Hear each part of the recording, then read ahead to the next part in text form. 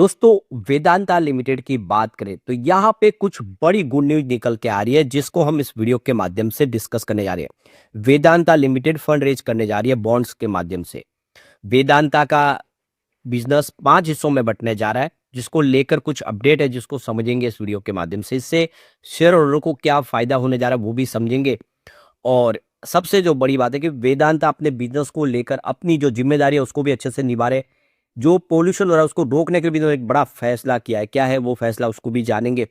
और आने वाले इसमें ग्लोबल मार्केट में कंपनी किस तरह से बिजनेस को लेकर आगे बढ़ेगी, समझने की कोशिश करेंगे इस वीडियो के माध्यम से। वेदांता का शेयर इस समय अपने 52 वीक के हाई के प्राइस के आसपास है। क्या आने वाले इसमें बेहतर करेगा, समझेंगे इस वीडियो के माध्यम से। लेकिन फ्रेंड्स, उससे पहले अगर आप पहली बार हमारे चैनल पे आए तो चैनल को सब्सक्राइब कर दीजिए, एक बेल आइकॉन दबा दीजिए ताकि जब भी नया वीडियो बने पहला नोटिफिकेशन आपको मिले। वीडियो पसंद आए तो लाइक से जरूर कीजिए। चलो फ्रेंड्स, वीडियो स्टार्ट करते हैं। मैं हूं आपका दोस्त SB दवे और हमारे अपने चैनल ऑनलाइन कमाई में आपका बहुत बहुत स्वागत है। सबसे पहले निफ्टी मेटल की बात कर ले तो आप देखें 10,284 के स्तर पर जहाँ पे 0.11% की तेजी है। तेजी इतनी बड़ी नहीं। आप देखें कल बाजार ने एक ऑल टाइम हाई बना दिया था, उसके बाद में प्रॉफिट बुकिंग हावी हो गई। फिलहाल बाजार में मामला जो है वो प्रॉफिट बुकिंग का है, तो बिल्कुल इस वजह से थोड़े से दबाव में शेयर दिखा दे रहे क्योंकि काफी अच्छा स्टॉक सारे दौड़े। अब वेदांता लिमिटेड की बात करें, स्टॉक 525 पर ट्रेड करा है जहाँ पे 1.15% की शानदार तेजी है। यानी निफ्टी एनर्जी के मुकाबले वेदांता की तेजी काफी अच्छी है। तो ये देखो कि शुरुआत बिल्कुल फ्लैट हुई थी, जो कल की क्लोजिंग थी उसके आसपास। उसके बाद में इसने हल्की सी गिरावट भी दिखाई क्योंकि 518 तक गया था स्टॉक।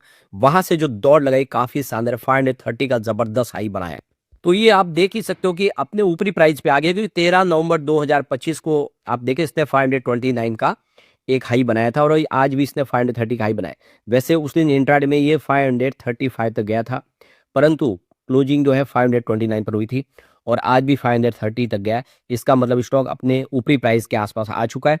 बिल्कुल यहाँ से एक फ्रेश हाई बनाने को तैयार हो चुका है। काफ़ी अच्छी खरीदारी हो रही है और इसके पीछे वजह इसका स्प्लिट होना। स्टॉक 5 हिस्सों में बटेगी कंपनी, तो डीमर्जर के बाद निवेशकों को भी फायदा होगा, इसी वजह से खरीदारी हो रही है। अब यहाँ पे जो बड़ी अपडेट निकल के आ रही है, वेदांता लिमिटेड यहाँ पे 2000 करोड़ रुपीज की फंड रेजिंग की तैयारी कर रही है नॉन कन्वर्टेबल डिबेंचर्स बॉन्ड के माध्यम से, यानी NCDS जारी करने जा रही है।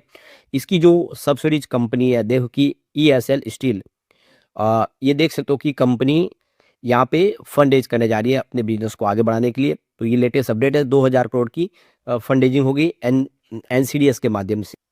तो यहाँ पे इसकी प्राइस अगर देखें तो 10 से 12% के आसपास है। इसकी स्ट्रक्चर और गारंटीड पैकेज के हिसाब से रह सकती है।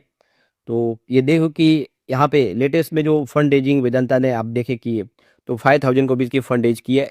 यहाँ पे देख सकते हो कि 8.9 से लेके 9.45% की यहाँ पे डिविडेंड डील के हिसाब से ICICI प्रूडेंशियल ने यहाँ पे काफ़ी बड़ा निवेश किया है और आदित्य बिरला सन लाइफ ने भी यहाँ पे इन बॉन्ड्स को खरीदा है। तो आप देखें तो जो फंड रेजिंग की जा रही है उसको पूरा का पूरा पॉजिटिव रेस्पॉन्स मिल रहा है। बड़े बड़े फंड हाउस काफ़ी अच्छी खरीदारी करें, यानी उनको पूरा भरोसा है वेदांता के कारोबार।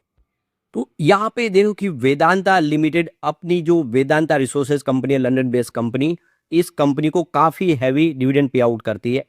आप देख सकते हो कि यूके बेस्ड इस कंपनी को करीब 5000 से लेकर 5300 करोड़ रुपीज तक का डिविडेंड पे आउट किया गया।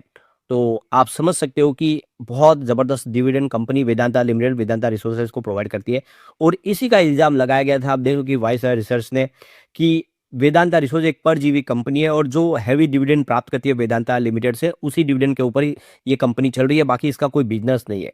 तो आप समझ सकते हो कि इसीलिए लगातार आप देखें ऐसे इल्जाम लगते रहते हैं, लेकिन डिविडेंड तो शेयर होल्डर को भी बहुत अच्छा देती है वेदांता हमेशा। वेदांता लिमिटेड के ऊपर देखें तो आप बहुत बड़ा कर्ज भी है, क्योंकि कंपनी का बिजनेस इतना फैला हुआ, उसको हर तरह से बिजनेस को मैनेज करने के लिए लगातार बहुत सारा कंपनी जो है कर्ज लेती रहती है। और आप देखें तो कंपनी बहुत अच्छा डिविडेंड पे आउट भी करती है। तो कंपनी का जो बिजनेस मॉडल है वो काफ़ी अच्छा है। तो वेदांता का नेट लीवरेज अगर देखें तो वो 3.2 टाइम्स है मार्च 2024 में, जबकि मार्जिन है वो काफ़ी लो रहा है 3.4 टाइम्स। तो क्रिशिल रेटिंग का कहना है कि इस बार जो डिविडेंड है उसमें कमी रह सकती है। लेकिन जो कंपनी की अर्निंग है उसमें आप देखें तो यहाँ पे वृद्धि देखने को मिल रही है। कंपनी ने अपने नेट डेट को भी काफ़ी कम किया। देखिए यहाँ पे करीब 1.1 लाख करोड़ का इन्होंने 2025 में अपने डेट को कम किया है। तो वीआरएल देखें तो यहाँ पे लगातार अपना जो डेट है उसको कम करी है। कंसोलिडेटेड जो नेट लीवरेज कंपनी है तो 42,000 करोड़ के आसपास है, और ये देख सकते हो कि इन्होंने 2.25 टाइम्स रिड्यूस किया है। तो इससे आप समझ सकते हो कि स्थिति अच्छी है, कंपनी की लगातार परफॉर्मेंस बेहतर हो रही है, फैसले शानदार लिए जा रहे हैं। तो आप देखें तो वेदांता इतनी भारी भरकम कंपनी होने के बाद भी अपना डेट को इन्होंने कम किया। आप समझ सकते हो कि यहाँ पे करीब 9.2 बिलियन डॉलर के आसपास कर्ज था कंपनी का मार्च 2022 में, जिसको कम करते हुए इन्होंने 4.9 बिलियन डॉलर तक लाया मार्च 2025 में। यानी आधे से भी ज़्यादा कंपनी का कर्ज कम हो चुका है। तो इससे आप क्लियरली समझ सकते हो कि कंपनी का विजन क्लियर है, कंपनी अपनी कर्ज को लगातार कम कर रही है, और कंपनी यहाँ पे कि इसके जो बॉन्ड्स है जो आने वाले समय मैच्योर होने वाले हैं वो बॉन्ड्स है 3.1 बिलियन डॉलर के बॉन्ड्स है जो मैच्योर होंगे।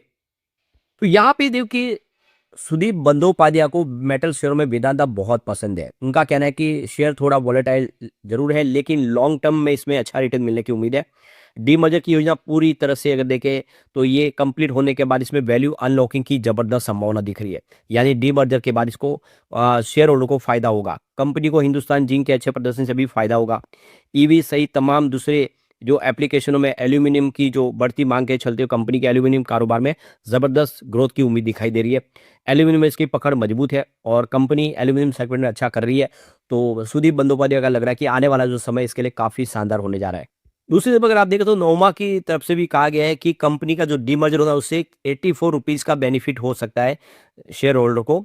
एडिशनल वैल्यू मिलेगी 84 रुपीज़ की, क्योंकि अलग अलग शेयर होने से जो अलग अलग जो डिमांड उसकी बढ़ेगी, इससे वैल्यू अनलॉक होगी। तो उन्होंने यहाँ पे एग्जाम्पल भी दिया है नोमा की तरफ से, जो कहा गया है कि इस समय अगर आप देखें तो एल्यूमिनियम जो बिजनेस है कंपनी का वो काफ़ी बेहतर करा। इसके एबिटाडा में अगर आप देखें तो 6 टाइम का इसका जो प्रदर्शन बेहतर है, यानी 36 रुपये की फेयर वैल्यू तो इसकी एल्यूमिनियम की ही दिखाई दे रही है। तो आप समझ सकते हो कि ये एडिशनल वैल्यू होगी 36 एल्यूमिनियम के माध्यम से। तो इस डी बजट की वजह से देखें तो मैनेजमेंट और कैपिटल एलोकेशन पे ज़्यादा फोकस देखने को मिलेगा। आप अलग अलग इंडिपेंडेंट जो एंटिटी है वो अपने हिसाब से निर्णय ले पाएंगे, जिससे और तेजी से अपने बिजनेस को आगे बढ़ा पाएंगे। इसके अलावा इन्वेस्टर को भी चॉइस मिलेगी, वो जिस कमोडिटी में निवेश करना चाह कर सकते हैं। वो चाहे तो एल्यूमिनियम में, पावर में, ऑयल गैस में, जहाँ पे आयरन स्टील उनको मौका दिखता वहाँ पे निवेश कर सकते हैं। इन सबको एक अलग अब संभावना बन जाएगी, सबके लिए डाइवर्सिफाई पोर्टफोलियो किया जा सकता है। इसके अलावा जो लिक्विडिटी है वो इंक्रीज होती हुई दिखाई देगी। तो इससे बहुत सारे बेनिफिट होने वाले वेदांता के डीमर्जर। अब वेदांता ने डीमर्जर की टाइमलाइन को बढ़ा दिया। आप देखिए 2025 में दिल्ली इसको बढ़ा के मार्च 2026 कर दिया गया। इसके पीछे वजह की कुछ फैसले पेंडिंग है। एनसीएलटी में इसकी सुनवाई हो चुकी है, फैसला आना बाकी है। तो पेट्रोलियम मंत्रालय ने कुछ सवाल उठाए, जिसकी तरफ से अभी ये तो क्लियरिफिकेशन आ जाएगा, उसके बाद में आगे अप्रूवल मिलेगा तो फिर जल्दी ये पूरा कार्रवाई आगे बढ़ जाएगी। सेबी की तरफ से लेकिन क्लीन चिट मिल चुके हैं। सेबी ने सवाल उठाए थे लेकिन अब सेबी यहाँ पे संतुष्ट हो चुका है, सेबी ने क्लीन चिट दे दी है। तो ऐसे में जल्दी ही यहाँ पे ये डीमर्जर होगा और निवेशकों को जबरदस्त फायदा हो सकता है। लेकिन फ्रेंड्स, कोई भी इन्वेस्टमेंट करने से पहले अपने फाइनेंशियल एडवाइजर से एडवाइस ले ले या अपना खुद का रिसर्च करें, क्योंकि हमारे वीडियो आपके एजुकेशनल पर्पज के लिए ही बनाए। वीडियो पसंद आए तो लाइक से जरूर कीजिए और चैनल को सब्सक्राइब कर दीजिए। Thank you friends.